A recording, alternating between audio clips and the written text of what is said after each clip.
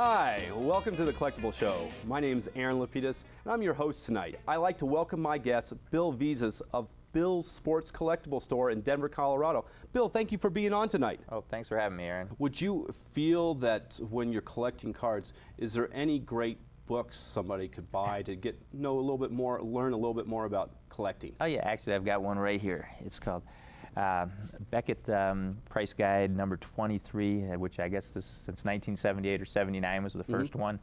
And this book really sprung the hobby because before Beckett, it's like if I wanted to trade a card with you or sell you a card or buy, there was no definitive guide. And in like 1978, Beckett came out with their first. Yeah, people are just kind of wing it. I give you 2 Mickey Mantles for 1 Babe Ruth and a couple Cleary marbles. And in some ways, it's like you look at it with regret because that once became a guide, and then everything's etched in stone, kind of. But they do, but Dr. Beckett, who's done this guide, is a statistics professor, and did it more for the love of the hobby, and it's very accurate and is basically the Bible of the sports collecting. He does it for baseball, football, basketball, hockey. And then there are retail prices, and retail prices are what a person would pay if they went into your store and to buy it. That's kind of the guideline. Yep. That is not exactly what they're worth if they bought it and wanted to sell it themselves. Yeah, exactly. I mean, because if you want to resell it, like the John Elway card, we'll sell it for $125, say. If you came in, if he's popular, we probably pay something like $75 when he's in demand. And I think that's really important for a lot of people to know that just because a book says it's worth $150, it's more so what somebody would pay for it, not what a book would say. That's a general idea, kind of consensus, that this is valued at this, but it's not something that you can go run out and sell it for that kind of money. Correct. You got the book. Is there magazines? I know that book probably comes out. Does it come out like once a year? Yeah, it comes out yearly. Is there a magazine that you can recommend so it gives them more on top of what's going on in the industry? Actually, like they produce a monthly Beckett Price Guide, which comes out every month, and then there's a couple collecting publications, Sports Collectors Digest, which is it's like I think almost 30 years old now. That comes out bi-weekly. Is a very good source for collectors. But I'd say go to the grocery store, bookstore, and Beckett will, both the monthly and yearly will be there, and that'd be a good way to start.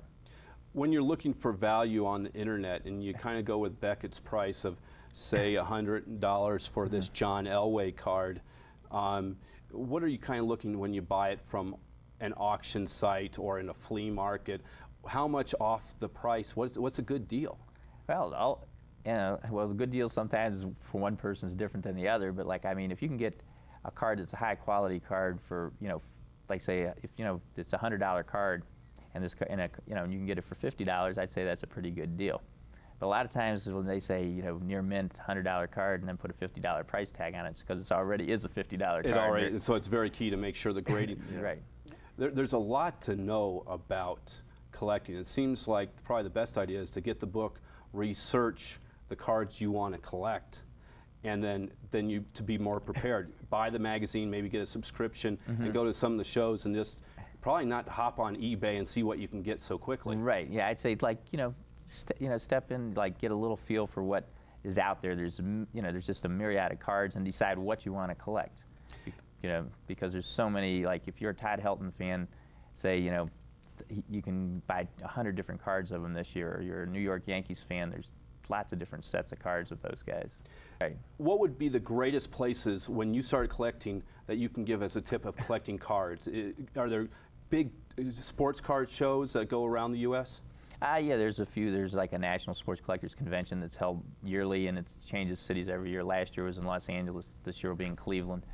And that's a great place to, just go and see like almost every card, on imaginable. Can you also sell? Can you set up a booth there? Well, you can, but it's fairly expensive. So, but you can go there and bring your cards in to sell to dealers, and you're going to have over 1,000 dealers. So, if you have some vintage cards to go sell, that's a good place because it's going to be competition to buy it. So you're going to have most of the top dealers in the United States will set up there. So.